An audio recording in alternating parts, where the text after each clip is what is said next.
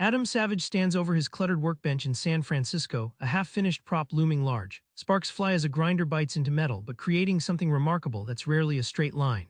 He knows the ugly, stubborn detours, failures that teach, tools that misbehave.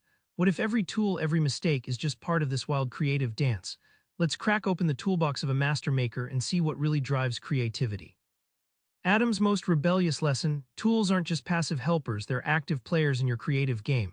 They shape ideas as much as you do, but how do you see a tool's full potential? Savage recalls an afternoon in his workshop where a broken clamp pushed him to use a hammer instead, literally turning a hammer into a press. That moment redefined his relationship with tools.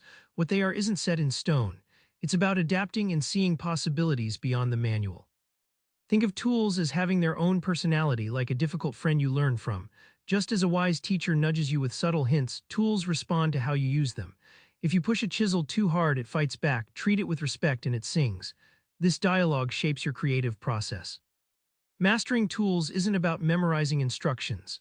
Adam shows how fluency, like language, lets you improvise solutions on the fly. When a drill jams mid-build, it's not an inconvenience. It's a chance to invent a workaround that might just be better than the original plan. If you're terrified of messing up, you'll never make anything memorable. Adam's secret: his biggest breakthroughs came from spectacular failures that doubled as guides. On the Mythbusters set, Adam helped build a prop that literally exploded out of control. Instead of a disaster, that moment became an education, spotting weak welds and material choices that led to more bulletproof builds later. That mess became a cornerstone of his learning ethos. Failures aren't dead ends, they're like compasses pointing toward what doesn't work.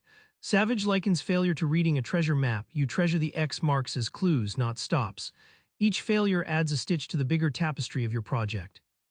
Over decades, Adam noticed a pattern. The weirdest mistakes often expose hidden opportunities. Like when a cracked mold revealed a cool texture no one planned for. Failures aren't just setbacks, they're disguised breakthroughs waiting for you to spot them. Every maker hits the wall. Inspiration alone won't build your dream, finishing does. Adam's tough love: discipline is your best creative partner. Savage talks about those marathon nights building a costume prototype, fueled by coffee and stubbornness. The breakthrough came not when inspiration struck, but when he decided to stop tinkering and commit to cut, paint, and glue until it stood tall. That grit transformed good ideas into real things. Creativity isn't a lightning bolt, it's more like climbing with steady steps.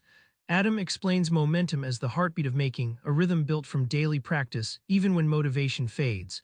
This habit creates an unstoppable forward push that carries projects across the finish line. Finishing changes your relationship with your work. When a project's done, it reveals its true shape and flaws, which sparks new ideas. Adam calls it completion clarity, a creative reset, making your next idea sharper and more grounded in reality.